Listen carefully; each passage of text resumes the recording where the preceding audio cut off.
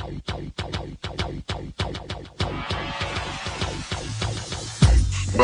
to the Odds Breakers, number one place for shared sharp betting information.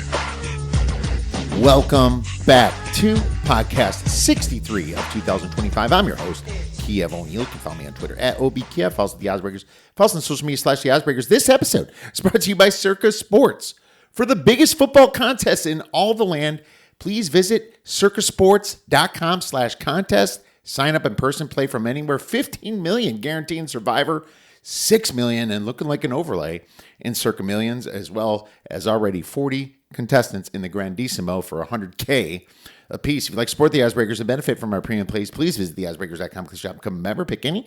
Winning cappers get the premium plays before the line moves. You can also support us on patreon.com, and if nothing else, please visit the Odds Breakers and become a free Picks and Telegram subscriber. Bada bing, bada boom, my friends. Here we are. We're back. College football is the discussion topic for this show today, tomorrow. YouTube at 1 p.m. Pacific, 4 p.m. Eastern, 3 p.m. Central. That's how it's going to roll, and we're going to do some NFL with Will Hill. So today we have a wonderful guest, and Mr. Brian Edwards from Major Wager, Vegas Insider. The man's everywhere. He's on radio stations all across America. We're going to talk some SEC. We're going to talk some overreaction. We're going to talk where we were right, where we were wrong, and obviously a six-pack of plays, because that's what we're doing now. Six-pack of plays every single week, and then hodgepodge, maybe a few additional plays we like or making or leaning for the whole college football landscape. The NFL is just going to be basically, we're going to talk a little bit about every single game or pass. I don't know if we can even come up with a six-pack of plays every single week in the NFL. If you had them in the props, we certainly will, because props are a huge thing for me. And that's just how the format of the show is going to be. I'm going to have to take some vacations. I have to play dad a few times, going on field trips with the kids. So there might be a slight change to a schedule. I'll tweet that out or post it on social media. But either way, it's mostly going to be Wednesdays and Thursdays, YouTube, 1 p.m. Pacific, as well as when the time change, it's probably going to be 12 p.m. Pacific. So that's we're going to make that adjustment, as Arizona does not do daylight saving time. So but before Mr. Vegas B. Edwards comes on, I want to talk a little bit about some power ratings adjustments, some of the biggest ones that we have. Now, here's the thing. There's a lot of overreactions this week. And this ain't the days where you're only moving your power ratings a half point and a half after the first week. With all the unknowns, you're adjusting them a ton. I think 9.5 might be one of my biggest moves. But I was wrong on Florida State. And, I did move them up 9.5 points, but I didn't move them up to where the AP has them in the top 10. Alabama looked terrible last week. And I think a lot of teams would have beat them if they played like that. Ryan Williams, all their guys were dropping passes. Ty Simpson looked freaking terrible, yet Alabama's still in my top 10, and Florida State is number 26. I think Florida State is going to be a great fade candidate coming in if the market really thinks this highly of them. Castellanos was good, but this was just an aggressive crowd. I mean, when Vanderbilt beat Alabama, did you move Vanderbilt in your top 10? I think it's ridiculous to see the AP poll like that, and I know Florida State's got the name, but man, I moved them up 9.5 points, and I only got them up to 27. Was I wrong about them? Absolutely. Was I wrong about Alabama? For sure. But, that's why we have power ratings. We make adjustments, and we try not to overcorrect. What I was correct about is Clemson, who got downgraded down to 18th in my power ratings, and LSU upgraded all the way up to 4th in my power ratings. Tied for 3rd, I guess, with Texas. I kind of think that both teams, I still can't, completely rip Texas completely down. I have Ohio State just as I started, and Penn State at 1 and 2. No changes there. Notre Dame slight downgrade down to number 6. Miami upgrade, but they are only, let's see here. Where do I have Miami? Number 11. Yeah, I mean, they're actually tied with Auburn at number 10. But, you can't overreact. Miami, I thought that they got kind of fortunate with those turnovers. They let Notre Dame back in the game. They crystallized that game, but still ended up winning it. But, geez, Miami, I'm not trusting them. I think they're going to be another good fade candidate coming up. So, still a lot of football to be played, and that's why I'm so excited to talk about some of the these games coming up this week when Brian comes on. But another pretty sizable power ratings adjustment. I had to upgrade Mississippi State 5.5 points. I was too low on them. As you know, I lost on Southern Miss. And Mississippi State just beat them. They beat them all over the place. Trenches, speed, they looked like an SEC team finally. So that was a pretty big change. Let me scroll down. 6.5 points to Cal. I was way off on Cal, and holy cow, that quarterback looked good at Cal. 5-star kid. All the BS about Cal losing boosters and Ron Rivera's going to clean house. Holy cow, was that wrong? I bought into that like an idiot, and I took Oregon State. And I actually kind of liked Oregon State at home, and I kind of liked Malik Murphy. But geez, that sure didn't work too well. Yeah, he looked terrible. I mean, it was also the trenches. They looked terrible, but Cal beat them up left and right. Their play calls were good. Man, I whiffed. I whiffed on that one, and I have to make an adjustment because that's what you do. You don't over-adjust, but you do what you can. I can't even say the name of Jaren Kawi Sagapolotele. I can't even say it. JKS we'll go with. But he's a true freshman, and he did fantastic for Cal, and I screwed up there, and I'm okay with admitting that. And Malik Murphy, I mean, he wasn't that terrible, but man, did they crap out at the 10-yard line a few times. South Florida, big up 5 points. Maryland up 7 points. I think Maryland, they look really good now. Was FAU that bad? Maybe, but we'll find out a little bit more this week. Maryland's playing as a pretty big 18.5-point favorite on Friday. So, I think that's going to be interesting watching a little Maryland this Friday. They play Northern Illinois. My number's a little bit higher than that, but I didn't bet it. I saw it at 16.5. I let it marinate, and I was wrong and should have took it early, but I'm not going to take it now. I'm just going to wait on that one or pass. Could always live bet these things too. Arizona had to upgrade after blowing out Hawaii. Also, Hawaii's got a quarterback injury. So I also have an injury column that you downgrade teams with too. I'm one of the few that does power ratings like that. I keep up with injuries every single week and try to put a number on it. Does it work all the time? No. But forgetting about it's even worse. So that's why I do that. Georgia Southern definitely had to downgrade 6.5 points after they got smoked last weekend, or it looked terrible anyway. Akron, big downgrade for Akron. I had more belief in Joe Moorhead. They couldn't even score the ball at home against Wyoming. I think we're looking at team totals all year long with Akron to the under. Jacksonville State, a little bit of an upgrade. But those are the biggest ones. Southern Miss, a downgrade. Who's -5 here? Oregon State, I took down -5. I just talked about that a little bit. So, everything else was pretty much lower in my power ratings. I did take Ball State down about 4 points. They looked like trash last week too. But those are the major adjustments I've made and where I've been off. I had to take Baylor down too. How much did I take Baylor down? I didn't take them down there too much. They got beat up in the trenches. I took them down 3 points. Then I had to upgrade Auburn, probably roughly 3-4 points too. So that was one I was wrong on Northwestern. What did I do with them? I had to have moved them down. And -4. Yeah, I took them down 4 points after going to Tulane and absolutely crapping them all over themselves. So another one. UCLA, another one I was wrong about. What did I take them down? I only took them down 2 points. I felt like Nico Iamaleava was not the problem there. Maybe we'll ask Brian a little bit more about that. But I was somewhat low on them before, but I kind of think I was just more wrong about Utah and how strong they were in the trenches. Oh yeah, I took Utah up 5.5 points. That was another massive upgrade, bringing Utah up to 17th in the nation in my power ratings. So there you have it.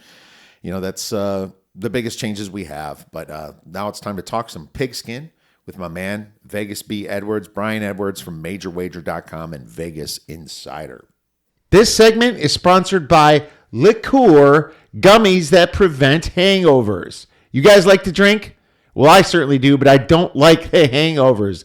Liqueur gummies combine DHM, milk thistle, B vitamins, and ginger root to help your body recover after drinking. They fight fatigue, nausea, and dehydration so you wake up feeling refreshed. Try them for faster recovery. Enjoy an exclusive discount with my promo code ODDS. 20% off any product at Liqueur Drinking Gummies. that get rid of your hangovers, visit this podcast description or go to liquure.com. Use the promo code ODDS. Now I'm very excited to welcome back an amazing sports bettor and great friend of the show, Mr. Brian Edwards from Major Wager and Vegas Insider. You can follow Brian on Twitter or X at VegasBEdwards. Brian, here we are. What a weekend of college football that we just endured. How the heck you doing?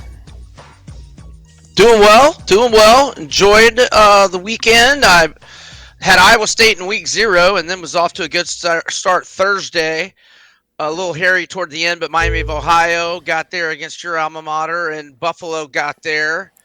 But then Barely. Friday, I lost UNLV game over. It barely stayed under, but it was looking under after getting off to a good start. And then Saturday, Toledo was a little hairy too, but all 3 of my MAC dogs got there for me. Toledo fought their way back into that thing at the very end for you. Backdoored it. They did backdoor it nicely with about a minute and a half. And but I had some L's. Under 52 on the Vols was dead early third quarter. That was a terrible pick. I personally added the Vols and Georgia Tech, but I didn't have them on my Vegas Insider picks, unfortunately. I actually took Georgia Tech personal too. I missed the number and didn't want to send it out as a play past 3, and then fucking they covered. Friday we got it for clean 3. I was like, God, hell yeah. Yeah, of course. I put them together with Utah State, and that worked out well too. At up like plus 135, some money line, but a little money line parlay action. But of course, that was the one I gave out because I got my ass kicked, and it's good to reflect, because sometimes you have a good week 1, sometimes you don't. I feel like I bought into too much beat writer stuff, and maybe. And even some very trustworthy sources were way off. I got a lot of stuff wrong. I was wrong on Baylor and Auburn, clearly. I was wrong on Northwestern. That line, I had hell of a line value on Northwestern and UCLA, and they just got beat up in the trenches. Tulane has a brand new offensive line, and that's what you do to freaking Northwestern. That's pathetic, Big Ten. I was wrong about Alabama, but I had them at minus 12.5. I took them in July, and I considered a buyback at 14.5, but I didn't do it. And freaking all the news you heard on Ty Simpson from all the freaking pundits out there was absolutely bullshit. And here's another thing. Sometimes kids look great in practice, but they're just not gamers. But I should have sniffed out that nobody wanted Ty Simpson. He was just been sitting there, and all of a sudden he's good. I'm supposed to believe that, so I feel like a little sucker in that one. I was happy I got LSU Clemson right. I wish they played 2 separate games so I would have won 2 bets instead of 1. But them Tigers from LSU, which now I have to call the real Death Valley, my friend, it really took care of business. Yeah, they did, and I finally remembered a couple I got wrong. Well, and another winner. I had South Carolina for winner, but I lost the Lenoris Sellers rushing yards prop. I should have just done anytime touchdown instead. Yeah. And I never, ever back, and I usually fade quarterbacks making their first career road start. But I took into account the enormous head coaching advantage and the fact that the quarterback position was their only question mark, and just ignorantly at the last minute took Notre Dame, which I was not going to do all summer, but then I just decided to, and it didn't go well. Yeah, I had the under on a bad number, and then I took it again at 51.5 personally, but I gave out the bad number at 50 or whatever it was, 49.5. I can't remember. That really should have went under, but Cristobal, on us. That game was running under the whole freaking time. And then all of a sudden ties up at 24-20. I was hoping they'd go for 2. I was like, come on, man. But no, that would have been the wrong call. It was too much time in the game. They did the right thing by kicking the extra point and tanking my under. But it's just Speaking of going for 2, what the hell was Shane Beamer doing not going for 2 when they took a 12-point lead and then he kicked an extra point to make it 24-11 with like 5 or 6 minutes left? I mean, come on, quit telling on yourself. Next time you start talking, I'm going to adjust this blind so the sun is not. Oh, for sure. Yeah, Go absolutely. ahead. Yeah, Keep going, though. yeah. I mean, Beamer makes some stupid mistakes, and we've seen that many times. He beats his alma mater or his dad's. Obviously where he coached forever. And I got to tell you, Lenore Sellers looked good, and he's a big man. You watch that guy behind center; he looks bigger than his offensive lineman, except obviously less fat on his body and just a big tree trunk of a dude. And, I was pretty impressed with their defense. I know Kyron Drones isn't the greatest quarterback that he went against for Virginia Tech, but I was pleasantly surprised that South Carolina. South Carolina got a lot of hate from a lot of people from losing all those guys to the NFL draft. So I was pretty impressed by that game, and it was a nice way to kick off Sunday. Before the Notre Dame game, it was fun watching that. And I almost live bet them, but the way I was tracking Brian, if I took that -4.5 live bet, I feel like they would have lost. It's just one of those bad weeks for myself.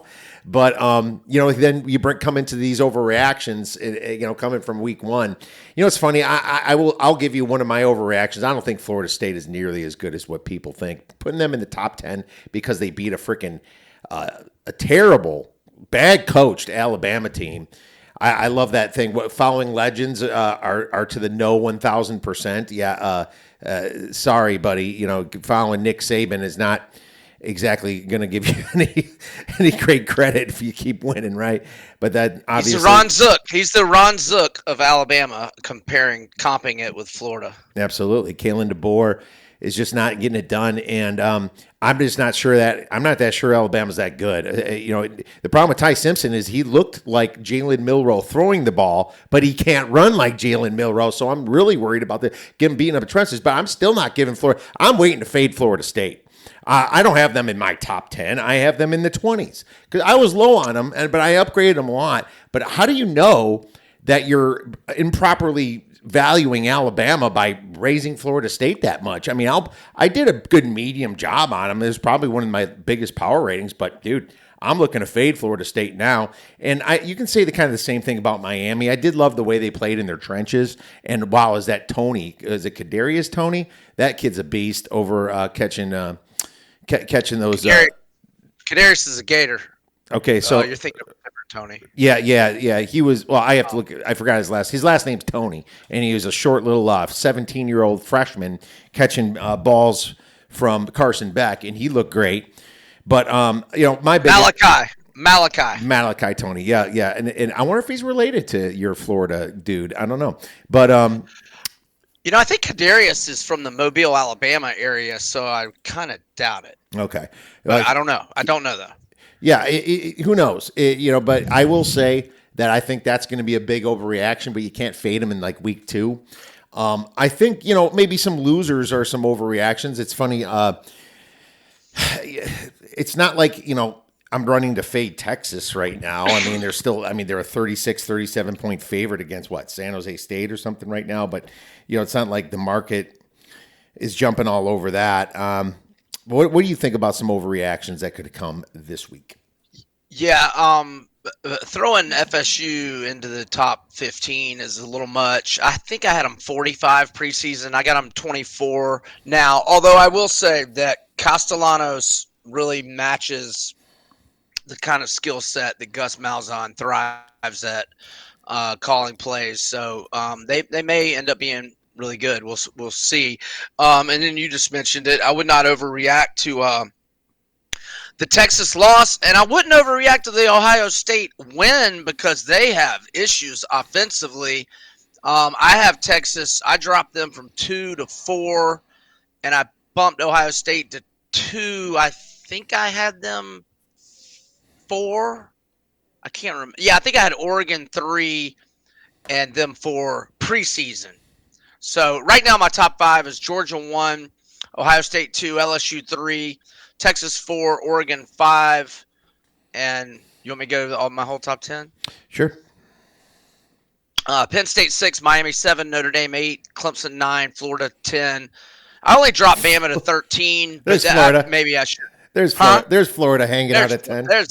There's Florida. I didn't see too many power ratings with Penn State that low and Florida that high, but I mean, here's the thing. I do have Florida higher than the market myself, and I'm very interested in this South Florida game after South Florida beat Boise State, but this line that's 17.5 is telling you, how that was a bit fugazi. I will say Boise State kind of beat themselves in some ways too. They were able to put on some yards on South Florida. They actually outgained them, but I will say South Florida was in a little bit of a prevent type situation in the fourth quarter. But at the same time, South Florida is a solid team. This game's going to tell us a lot about both teams, I think. And we can get into that game a little bit later when we get into our hodgepodge. But, I think Ohio State. See, I had them at number one. I'm keeping them at number one until I see differently, and that hasn't changed since last year when they won the national championship. I don't think that their quarterback did great, but I think that they played against just great defenses. What would have Nussmeier done against them? I just don't know. And I think, obviously that's why rankings are a little bit silly this early, because even statistics-wise, you're going to see Texas looking terrible in statistics. You're going to see, some of those teams, Clemson looking terrible in statistics compared. But when you're playing the top teams, that's all going to change. So keep that in mind, that you're not going to get any real good numbers until week 4, week 5. If there's any shows out there talking about stats after last week, forget them, man. Yeah, it's still kind of what we thought in the preseason here. But underreactions, I think that Northwestern is that bad, maybe. I think maybe people should react to that a little bit more. Another underreaction is, holy cow, Cal is way better than I thought. And, the story on Cal was they were supposed to be terrible, and freaking their coach was supposed to be in the fight with the GM, and all of a sudden they just blow out Oregon State and look great. So I think I'm underreacting. Yeah, I heard the freshman quarterback. I hear the freshman quarterback looked really good. I cannot pronounce his name, but I hear he looked fantastic. Yeah, I think we call him KSF or something. What's his name again? JKS. JKS. Yeah, JKS. Okay, I tried. I destroyed his name earlier on the show, but Segapolu Telly. Right. It's going to take as long as Uyunglele on this one, I think, for me to figure this one out, my friend. But no, this was another one as well. But another tough one that I eventually learned to pronounce and spell is now at San Jose State, Ken Nui Matalolo. Nui Matalolo, yeah, when he had key coach for Navy for a while too. Yeah, so long time. That helped me. I figured it out after a while. Speaking of Group of 5, which Group of 5 now makes the playoffs, Brian? Good question. Well, Tulane was looked pretty solid.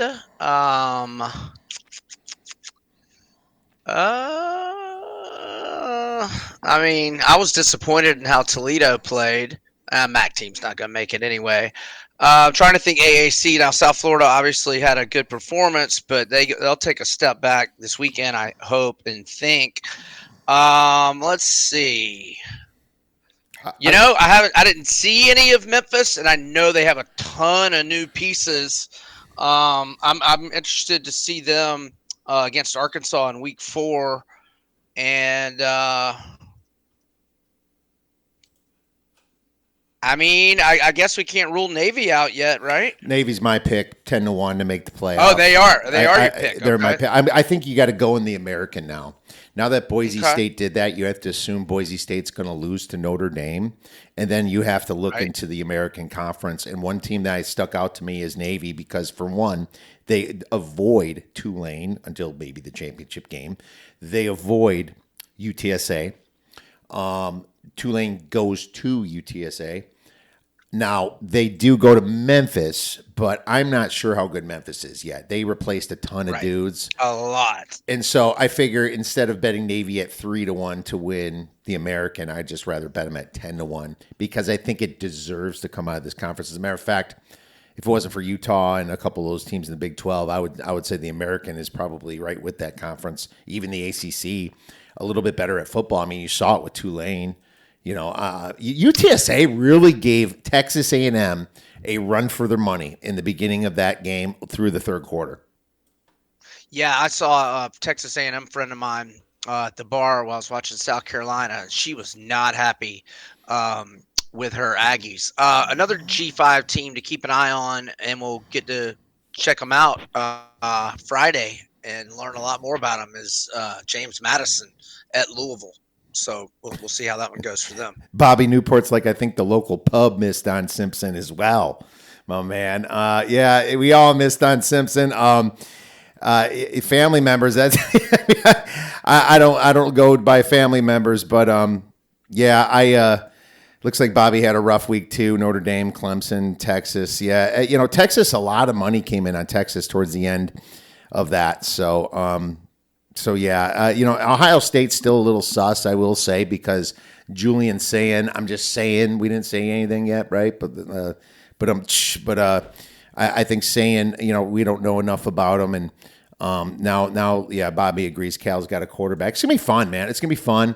I think that conference play is going to be great. The problem with LSU, and I do like them a little bit at plus 550 to win in the SEC, they have a tough schedule too. They got to go to Alabama. They got to go to another pretty prominent team. They get Texas A&M at home. They got Florida coming up on deck. That's going to be a big one too. So I think just lots to discuss, Bobby, and lots to go through here. So thanks for chiming in. Bobby always comes on in and brings it. So yeah, Navy for me at the 10-1, just because they did return a ton of offense and they were great at the end of the year last year. They did get blown out by Tulane. So I tell you this, if they come in with one loss or no losses and they're ahead of Boise State, then I can hedge that 10-1 against Tulane in the conference championship game. Because, that would be, I have to know they're making the playoff though, if they win. Yeah. So listen, so my accounts are always very all over the place with their future odds, and they're usually not as generous as they are out in Vegas or what have you. But there were two exceptions for me this summer. I got two wild lines or numbers to win the CFP. I got the Gators at 61-1 when they were like 40 or 35 everywhere else, and I got LSU 21-1 instead of like 13-15. Or they might have been, this was like maybe June. They might have been a little higher back in June. But I remember looking a week or two ago, and LSU was only 13-1 at FanDuel to win the CFP. So I'm thrilled to have them at 21-1.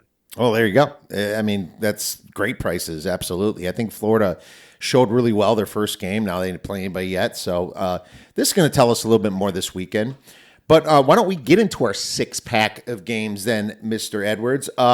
You picked a very interesting one with a very, very stinky line. This Illinois versus Duke. Duke plus 3, 49.5. If Illinois is supposed to be the freaking, sneaky team to make the playoffs, the Nebraska from last year, what the hell are they doing only plus 3 at Duke this week? Now, Duke had a rough game last week, but Murphy, their quarterback, did pretty well. Just couldn't punch it in a lot. Yeah. Plus 3. This line stinks. What are your thoughts? I like Illinois laying the 3. So they've only been road favorites 3 times under Brett Bielema, but 3-0 against the spread. Now Duke's 2-0 against the spread with 1 outright win and only 2 home dog spots under Diaz. But this is not Cameron Indoor Stadium. It's not like Duke has this. Now they have played very well at home, but they've played very well at home or away the last couple of years, or even at the start of Elko. The last 3 years have been outstanding for Duke, but it's not like Illinois is walking into a hornet's nest in terms of crowd noise and all those sorts of factors, especially considering where they go in Big Ten play. Illinois is now on a 5-game winning streak, and they have won 12 of their last 15. And Luke Altmaier, in his last 16 starts, he has a 30-7 TD-INT ratio. I know Illinois played an FCS opponent, but very impressive, 52-3, and Altmaier seemed to pick up where he left off last year. I made Illinois 4.5. I will lay the 3 with the Illini. My power ratings have a 3.5. So, from that perspective, I see that play, and I guess I would lean by it because I did study these teams a little bit more than others. What I will say, it's just a weird line, just because I feel like Illinois was supposed to be kind of the public team to come in, and they might come in and just beat the crap out of Duke, but I have no sample on who Illinois played last week. Was it Illinois State or something like that? I have to relook. I think it was Western Illinois. Even worse, Western Illinois, and then Duke had a little bit of struggle here. I'm too close to the spread myself on my number, But I will say that I do lean Illinois, and I don't see why Illinois shouldn't beat them by more than 3 points. But here we are. But think about Brett Bielema too. Oh, I'm sorry. I have Illinois by 6 points. I don't have them by 3. I 3.5. I have them by 6 points. Okay. So I do lean with you. I'm just a little concerned about, Bielema will run the clock out and not necessarily try to blow him out if he has to. So, we'll see. I'll lean Illinois with you. Let's go to the next game. And I picked this one, and this is Bowling Green versus Cincinnati. I put this at 21. I'm kind of bummed to see it on DraftKings at 21.5. I think if you search a little bit, you can find it at 21 again. I admit that I did take it at 20.5 before the bump. Total's 46.5. I like betting on teams that lost a tough game the week before, especially when it's week 1. They played Nebraska pretty tough. They got outgained a little bit, but this was the first game for Cincinnati, and it was a tough environment because you had way more Nebraska fans over there in Kansas City than you did have Cincinnati fans. But I like getting on these teams, and Bowling Green is not a good team at all. The way they played Lafayette didn't look good. The Falcons, they rank 130th in returning production. 130th, that's 6 worse. Or 6 better than the worst team for returning production. There's 136 teams. Eddie George could turn out to be a good guy, good football coach. He's not ready to face a Power 4 team. The Bearcats ranked 22nd in returning production from last year. Brendan Sorsby is a solid quarterback. Last season, 64%, 18-7 TD interception ratio. Better dudes coming in. I think this is a spot where Cincinnati names their score and feels good. So I'll lay the 21 points. Looks like I'm having a little, one of us is having a little bit of internet issues here. So, all right, 6 at most books to Kansas. It's I'm back now. It looks like one of might have been my internet. I was just saying I laid the 21 with Cincinnati. Yeah. So I'm gonna go Kansas at Missouri. I see a few books have upticked to 6.5. I got it at 6, and excuse me. Missouri is now on a serious roll at home. They've got 11-game winning streak at home now. I know that, and then they've won 17 of their last 18 at home, and the only loss was when Jaden Daniels.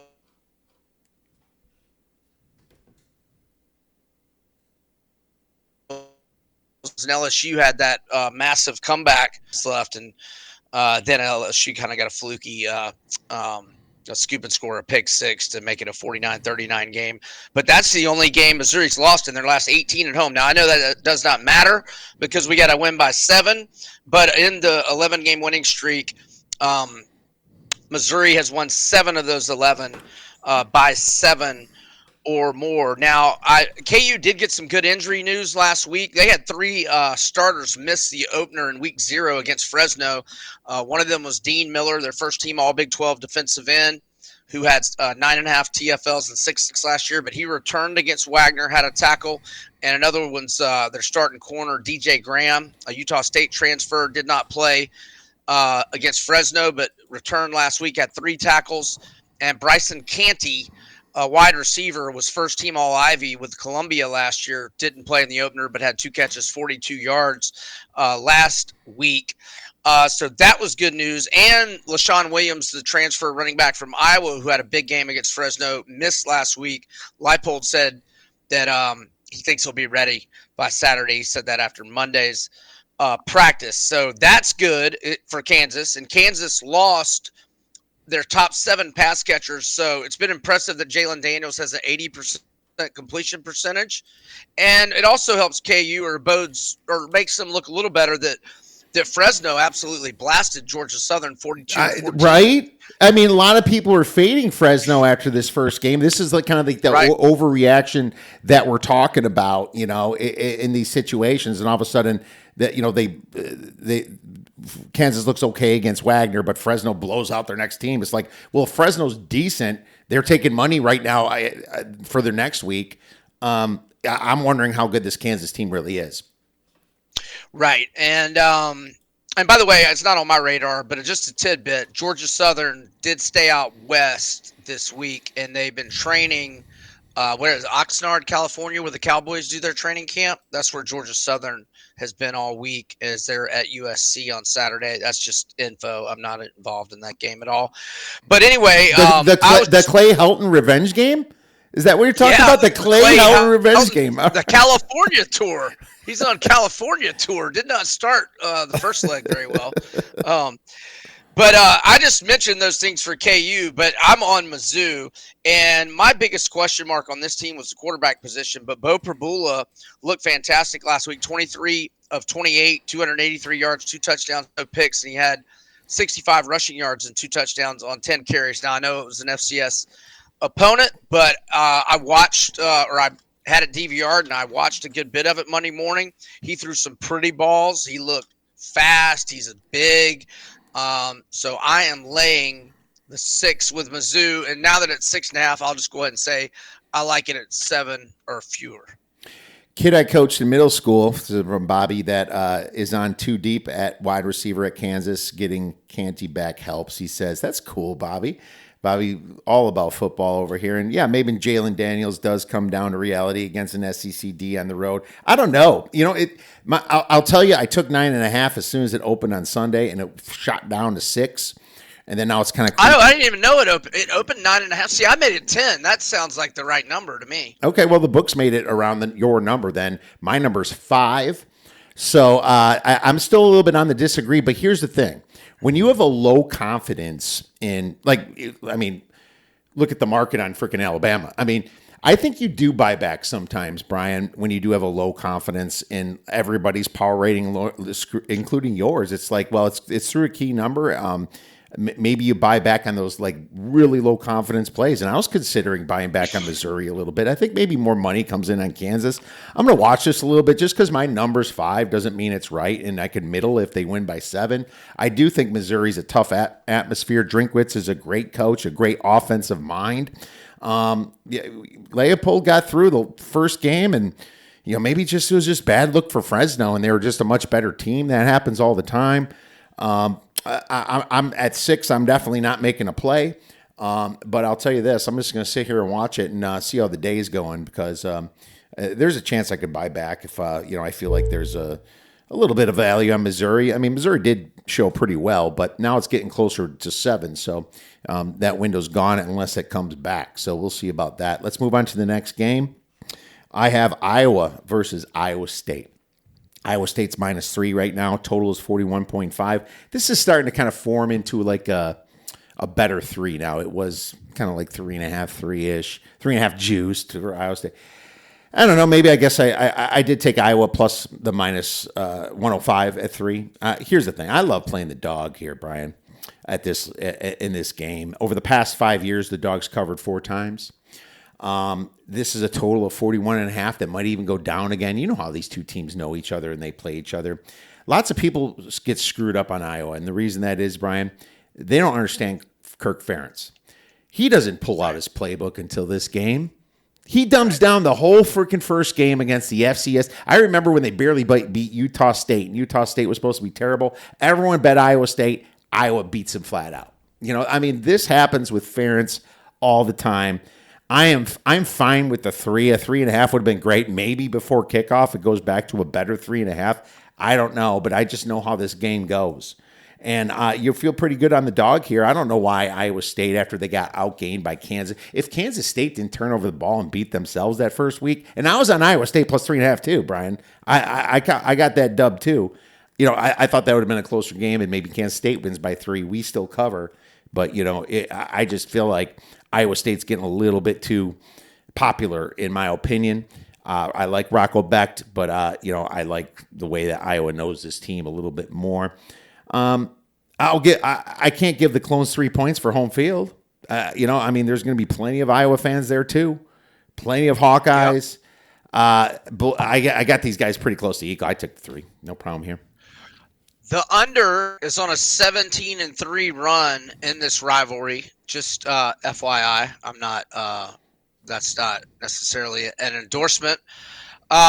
We're butting heads on this one. I'm on Iowa State. I know Iowa dominated this rivalry for a long time. They won 6 in a row, but Iowa State has gotten 2 of the last 3 outright. That is. Now, none of them were at home. In fact, so I guess I was won every game in Ames for going back like 9 or 10 years, Right?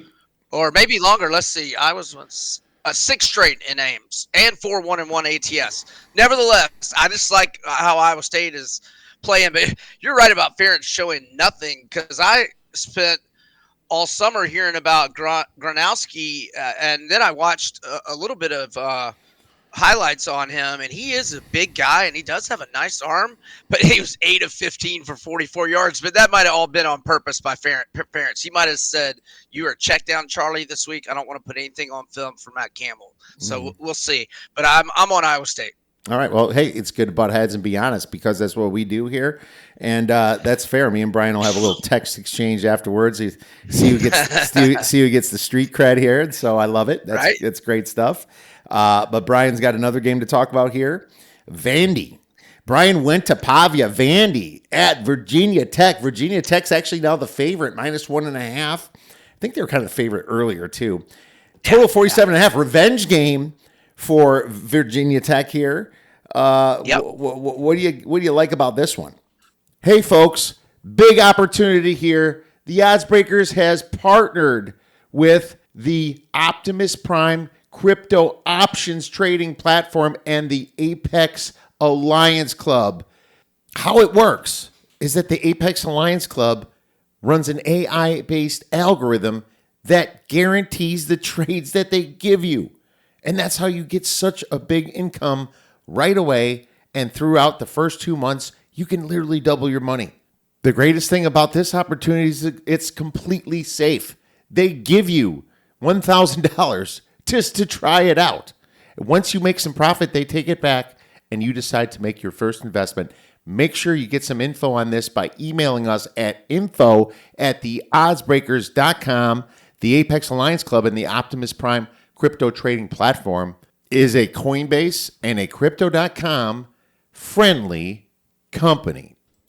I think Vandy's the better team. I made them -3. Now I know nobody probably made them -3, but I don't care. I'm way higher on Vandy than probably at least most respectable people in America. I'm way higher on them, and I like that. I'll be the captain of the Diego Pavia fan club all day long. So ever since this program-altering, job-saving stallion that is Diego Pavia joined the Vanderbilt Commodores, they are 8-6 straight up, 10-4 against the spread. They've been underdogs 10 times, 8-2 ATS with 5 outright wins. They've been road underdogs 4 times, 4-0 ATS, 2 outright wins at Kentucky and at Auburn. And I know Blacksburg, Lane Stadium at night, yada, yada. Diego Pavia has won at Jordan-Hare at night with New Mexico State teammates. He's played in big-time environments, and he's not scared. This past week, he only played 2.5 quarters, 20 of 25, 275, 3 tutties, no picks, 44 rushing yards on 8 attempts. He's got the best tight end in America. He's got a new toy in this speedy track star transfer from D2, Trey Richardson, 5 catches, 74 yards. Vatek, well, look, so the line tells us it's going to be a close game, right? Under Brent Pry, the Hokies are an atrocious 1-12 straight up in 13 one-possession games. Overall, whether favorite, underdog, neutral, home, whatever, they are 16-22 straight up, 18-20 against the spread under Brent Pry. He is on a boiling hot seat. I think Vandy is confident. They're healthy for the most part. Quincy Skinner, one of their better receivers, is questionable. Should know more about him today or tomorrow. But even if he can't go, I like Vandy to win outright. Is Jerry Kill still lurking behind the scenes at Vandy? I think he is still a consultant over there, and he's his New Mexico State buddy. He's riding the Pavia train, and Pavia is just never going to retire. He's always going to be their quarterback for life. He'll find another way to sneak it in next year, right? Hey, one last thing. Another good sign. 2 of Pavia's brothers got arrested Saturday night for disorderly conduct and drunkenly behavior, that's a good sign. That's a good That's sign. a great They're sign. partying. That's a great sign. They're putting down all the beers instead of Diego. Vandy wins outright. Yeah, I think so too. Here's the thing. I have Vandy minus 2.5 for my power ratings. The thing that scares me is that it's a night game. Enter Sandman, Virginia Tech, revenge freaking game from next year. I think that Vandy just needs to jump them and keep going, kind of like how you saw like what Auburn did to Baylor. That kind of a feel, like what Utah did to UCLA, and UCLA just kind of jump them and just never freaking lay off the gas, keep pounding those trenches, and and Pavia's the first down king. I can see myself being on this, but you know what? I don't need to rush into it because I think more money can come in on Virginia Tech, for Christ's sake. You have these like I've been ultra actually surprised. contrarian guys. Well, you got these contrarian dudes. They'll be like, "Oh, you're overreacting for week one, Virginia Tech." I mean, I'm cool with being contrarian, but when it's like deadbeat coach like Pry, I don't think so, right? Well, I like that I was surprised you had Vandy minus 2.5, and I was glad to hear that. And I agree with you. I almost didn't play it early in the week, thinking money would come in on Vatek, but it hadn't happened so far. But I'm not. Hey, it's only Wednesday, so we'll see. Yeah, we still got time here. That's going to be a fun night game. Must-watch TV with Pavia. I'm sure he's going to get a little cocky for everybody too. So I'm excited. Good. I'm excited for this game. The last game in our 6-pack before we go a little hodgepodge is Michigan versus Oklahoma. This is back down to 4.5. This thing flew up to 6.5. Totals 45.5. So I'm not going to lie. I saw the 4.5 at FanDuel when it opened on Sunday. This was the only game that didn't go towards me. I got USC minus 24.5. That's at 28.5. I got some great line value this week, except for this one, because I don't know why it went up. I'm like, I don't get why Oklahoma is so freaking liked after what we saw from the SEC last weekend. Since Harbaugh, I've actually been a critic of Sherrod Moore. I didn't think that he's that good of a coach. I think he's a dead man walking at some point. I don't know when. But in saying that, is Brett Venables a good coach? No, I don't. I think he's been a good coordinator at Clemson. I don't think he's a great coach. I must say, Bryce Underwood last game, he looked impressive to me. I don't know if you saw some of those calls and that freaking roughing the passer call where his face mask touched face mask on a tackle. I flipped my shit on that one.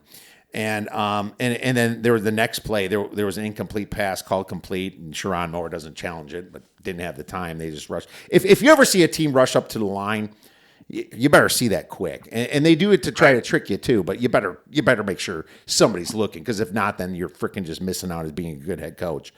He didn't turn the ball over. Bryce Underwood, he's a big dude, 67% TD.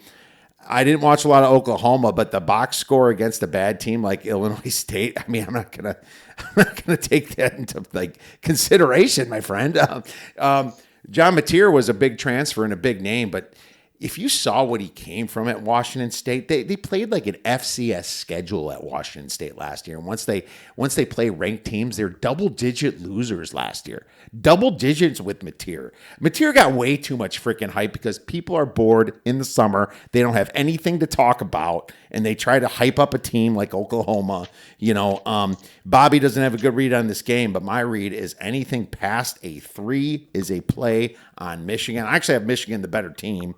I love this play.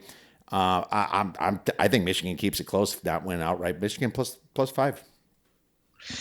Yeah, I got to see more of Mateer and Underwood before I have a good feel for either one of them or either team. But I think both teams should be good this year. Oklahoma's schedule. I mean, if Oklahoma goes 7-5, they will. That will be a borderline top 15 team in my mind if they can win 7. With that schedule. With this schedule. So, but I got to see more of Underwood and Mateer. I didn't watch any of their games last week. I saw highlights of both. I was surprised Underwood didn't run much. I saw he was actually negative in rushing yard. I mean, I guess that could have been sacks, but because I know he can run and I know he's a dual threat type. I got to see both these quarterbacks play. I don't like betting games when I'm not if I don't have a good read on the quarterbacks. Oh, fair enough.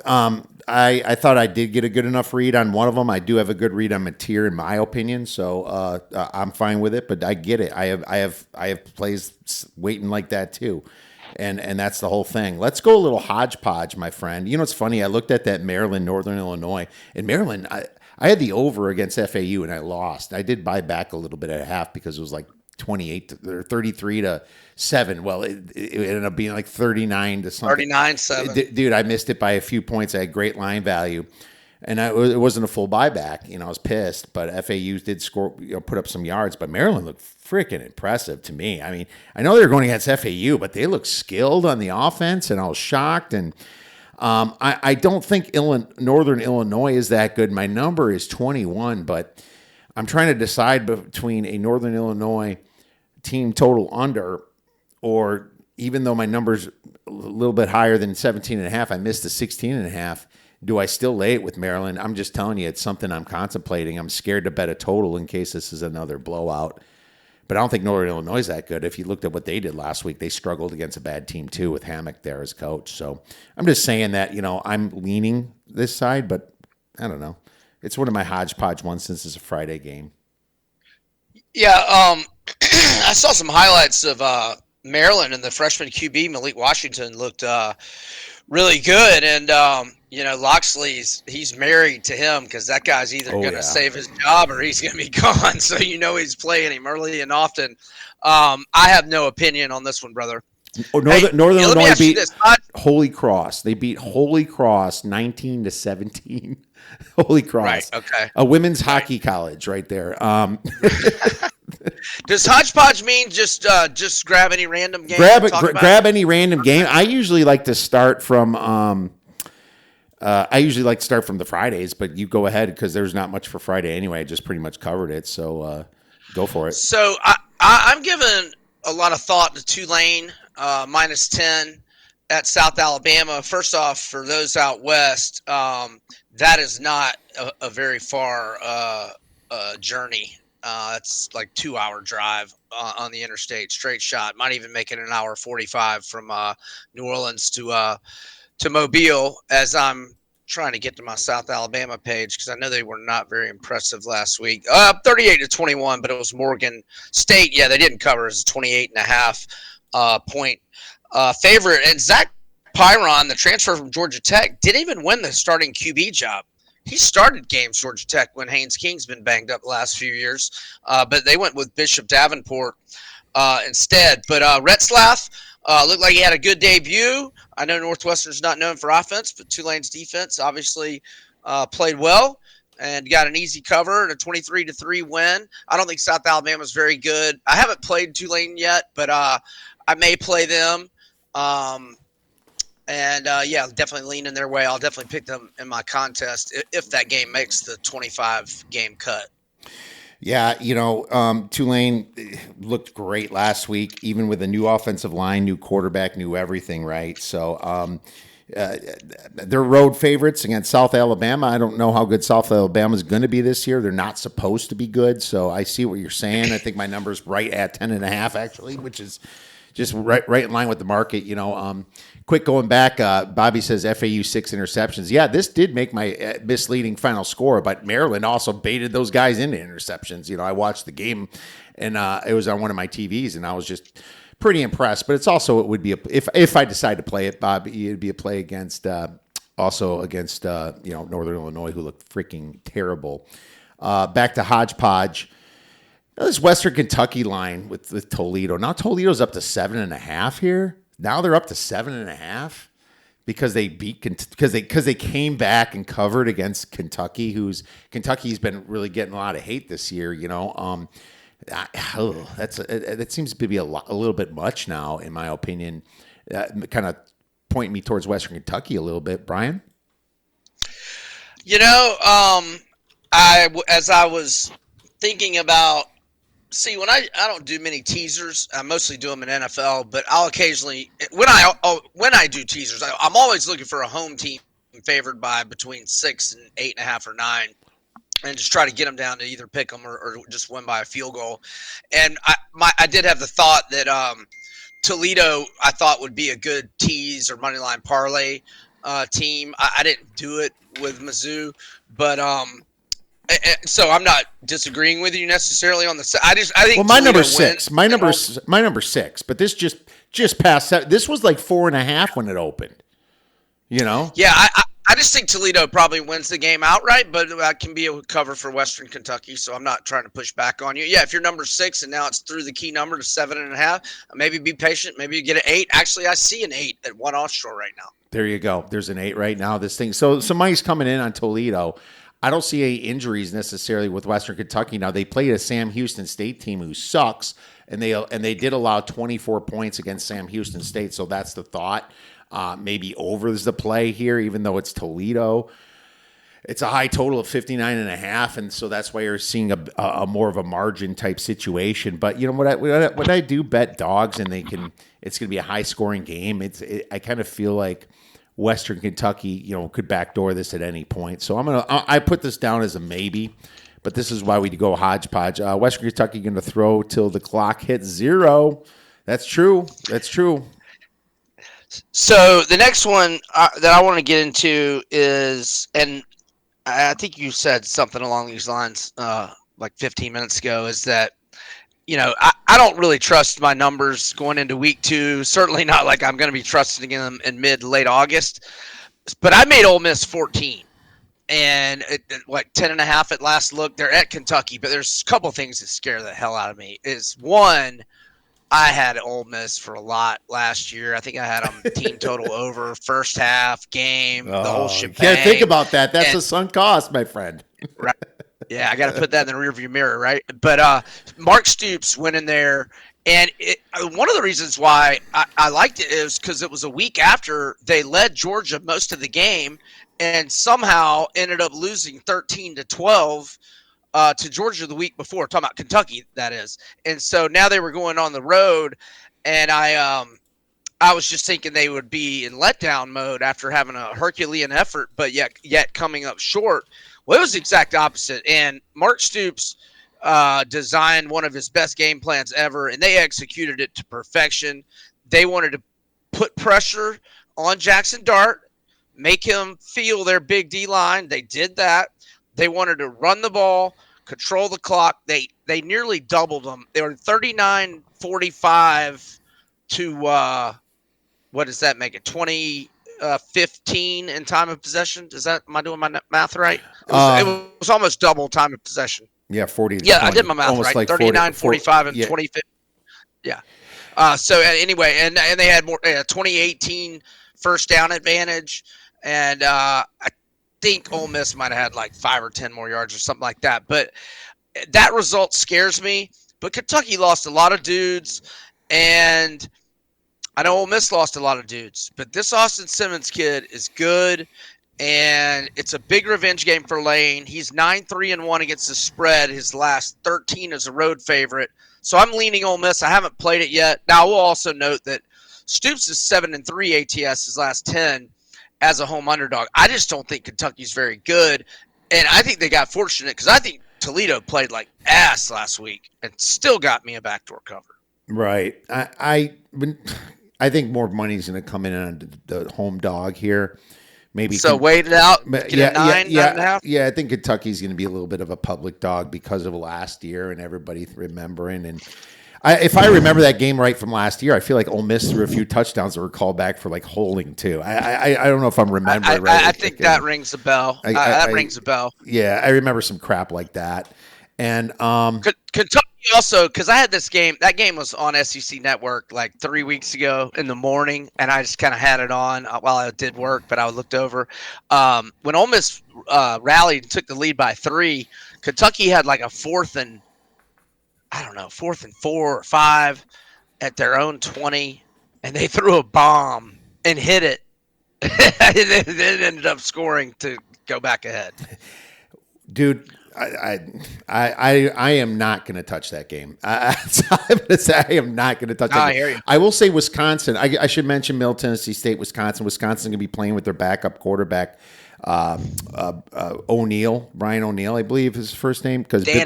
Danny O'Neill from San Diego State, because Billy Edwards is sitting, waiting until Alabama. But this total's at 45.5. It opened 46.5. I almost took it. I was wondering, do I get a 47? But no, I went the other way.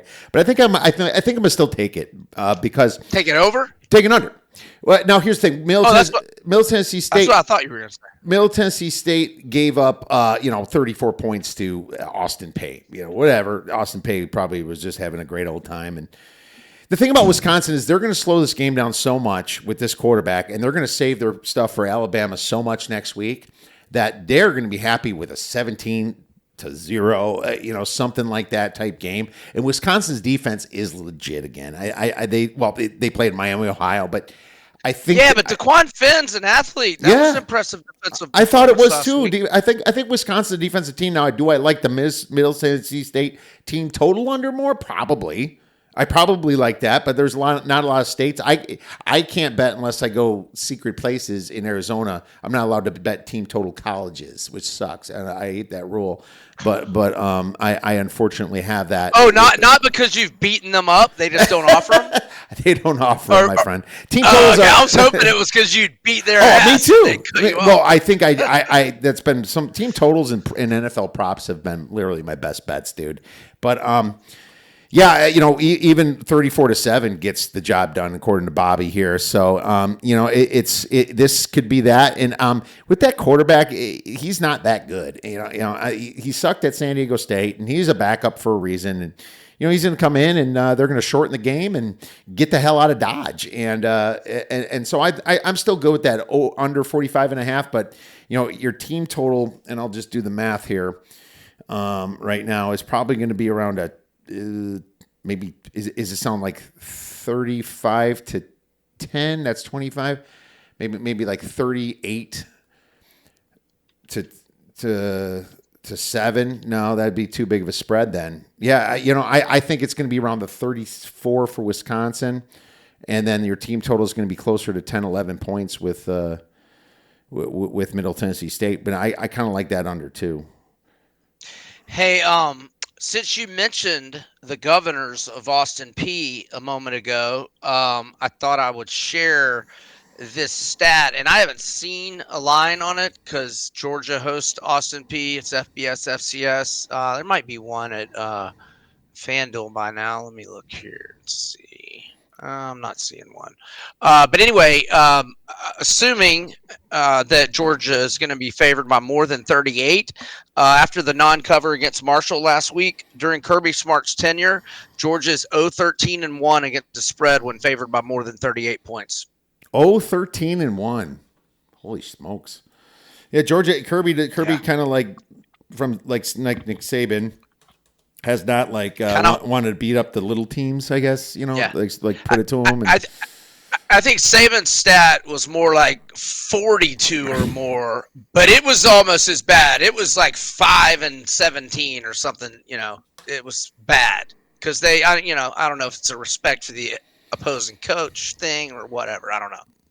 What sucks to see is these massive, like Stanford's an 18.5 point nighttime dog against BYU. It's like Stanford sucks. Justified. Oh, I know. It's like I think the San Diego State Washington State game might be more popular, but plenty of seats available.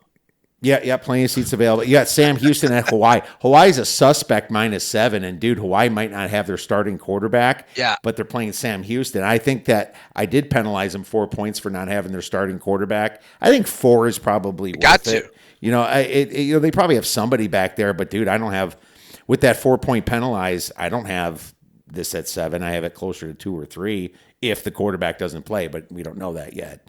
So I think like it's almost like a free roll to take Sam Houston here, but they suck too. I mean, they're bad. So that's just this hold your nose type nighttime game. I find it funny that Army's plus 17.5 at Kansas State. I took Tarleton plus 440 last week. I only took a half unit on him, but that was one of my shining moments. and a bunch Well, of I mean, I want to take Army this weekend. I have not done it, but last week's result concerned me a little bit. But isn't Tarleton State like a top 15 team in the FCS? Oh yeah, dude, they were fantastic. Top Yeah, 10. last year, and I checked with Josh over at Step on the Duck. He follows a lot of FCS, and yeah, he said they're really good. And they had a bad travel spot because they only had 5 or 6 day rest. But I'm like, dude, they're thinking more about Army, the AAC championship, than Portland State last week, even though they blew out Portland State. Bobby likes Sam Houston a little bit. It looks like a little money line action for him. So yeah, at this number, I'll lean Army. They're going to shorten the game. Kansas State just beats themselves constantly with that quarterback, and I don't know, man. It's a little high for me. Even as much as I downgraded Army this year, I mean, 17.5 on an Army team that can punch you in the face. Actually, I'm pretty close to the spread. I'm a hard lean to Army. I'm not sure if I'll end up playing it. I'd love to get a little even more line movement in our favor, and then I probably would pull the trigger. Looks like it's settled at 17 and a half. Yeah, it's an Army lean for me. What about LSU? Do they let down and let LA Tech score a little bit? I mean, 37 and a half. It's one of those situations where after that big Clemson win, do they care to like – and don't get me wrong, sometimes these teams accidentally cover these massive things, right? They just accidentally do it. But I almost feel like LA Tech could be like a play just because of the fact of the situation. Well, yeah, no, I wouldn't play LSU because, I mean, it's between at Clemson and look ahead to Florida, and Kelly is just going to be worried about come mid-third quarter. He's just going to be worried about getting these guys out of the game and healthy for next week. So it's pass for me, but I don't blame you for the La Tech thought process. I've got a good buddy who's a diehard La Tech and alum and all that, and I know they've kind of sucked here for a while, but they're supposed to be better. They're supposed to be better. So I don't know, but I'm not going to try to talk you out of La Tech, because if they can hang around and hold LSU to some field goals on some drives, it's not going to be a situation where LSU's looking to put the pedal to the metal late. I don't think. Yeah, Bobby says he wishes it was 38.5. Absolutely, key number of 38 when it's 31-38. Yeah, it's a field goal and a few touchdowns there, right? I would like a 38.5 myself. I think if we wait it out, we might get it via game day, because everyone and their mom is going to jump on LSU's nuts. Do you think they'll have a lot? I mean, I know you could get it at half. Oh, you're saying pregame you think you'll get. Yeah, I think because it's a 4:30 game on Pacific time, which is 7:30 out in the East Coast. I think there's going to be a lot of time for people to stick them in, and I don't know. I was going to say, I don't know if they'll have a live line for that game if you were thinking of getting it live line, but you're talking about pregame. Pregame for sure, buddy. Yeah, live line would be really difficult. I'm also looking at Boston College a little bit, plus 4.5 at Michigan State. I think Boston College is an improved team. I mean, Michigan State is just, I gotta see. I mean, two good coaches. I like both coaches. I just need to. That one's not on my radar. I need to see both of them play before I start betting on either one of them. Let's move on to our next section in beer bet bangers. I already gave you mine. I'm taking Navy to win the American at 10-1. Or sorry, not to win the American, to make the playoffs at 10-1. To win the American's like 3 or 4-1. I mean, I'm okay with that too, but I'm taking the long shot here. I want to see them make the play. This is to the point now where Boise messed it up, Buffalo messed it up, Ohio messed it up. They should have beat Rutgers.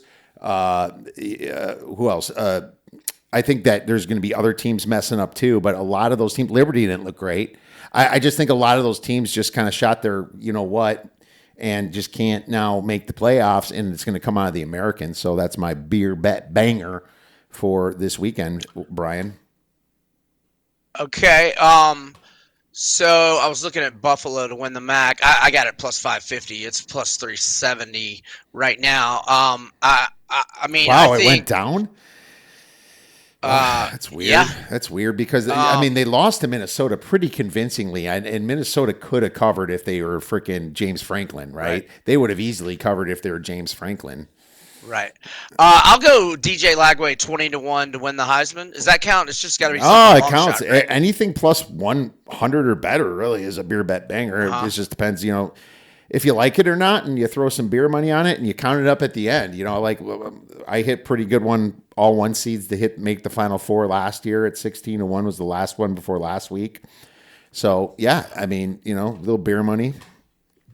Gosh, I just don't think they're going to win enough games, but he had a great stat day last week, and I think he's so good, and I think he's going to have a monster year, but I just don't know if Arkansas is going to win enough games. But Talon Green at 150-1 is interesting for the Heisman because, they got plenty of showcase games where he can show out, and if they were to somehow get to 8 wins and he has monster numbers, which I think he will, probably not going to have. Hey, look, if you make 150-1 bet, it's going to lose. But right. Maybe something to think about. Now I'm going to the national title odds. Are you going to be able to get Notre Dame at better than 16-1?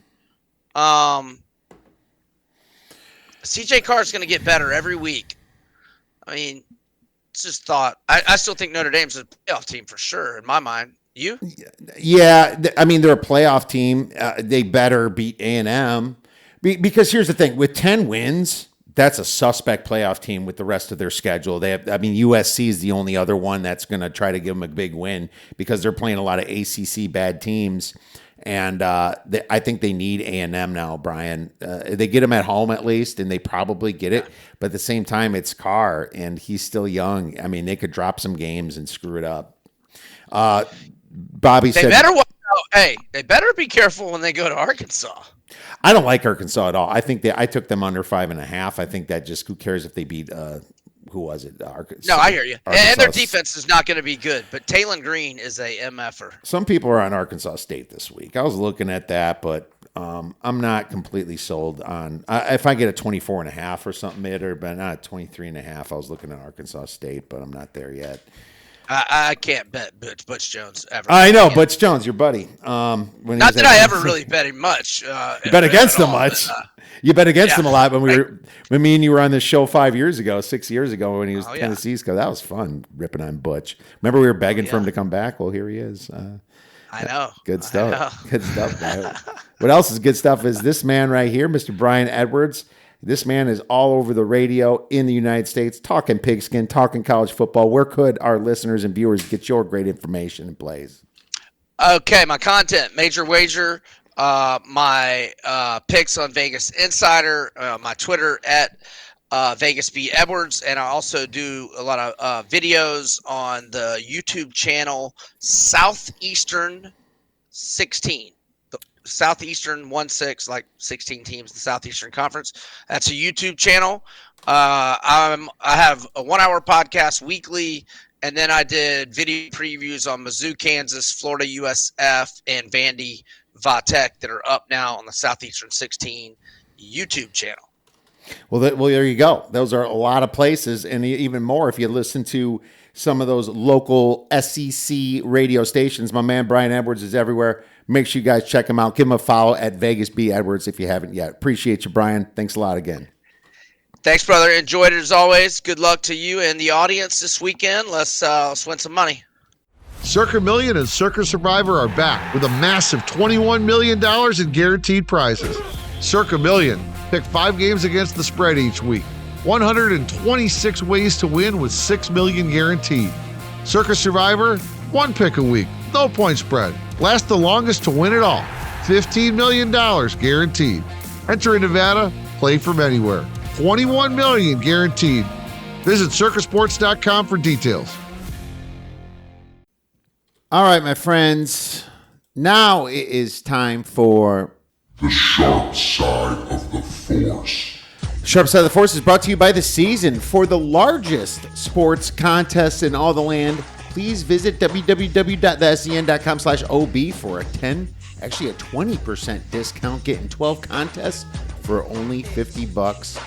Get in while the getting is good. All right, let's talk some college football sharp money. And remember, this is based upon Wednesday when we record this, and just the most prominent 5 side and total moves. So sharp money on Maryland minus 16 to minus 17.5, hosting Northern Illinois, 45% of the tickets, 66% of the money. Sharp money on Baylor plus 6, all the way down to plus 2.5 at SMU, 39% of the tickets and 39% of the money.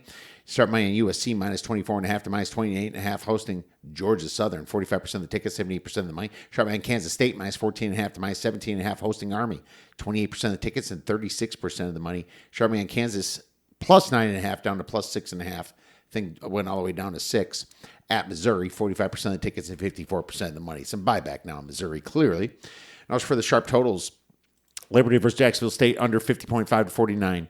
94% of the tickets and 98% of the money. Dual action.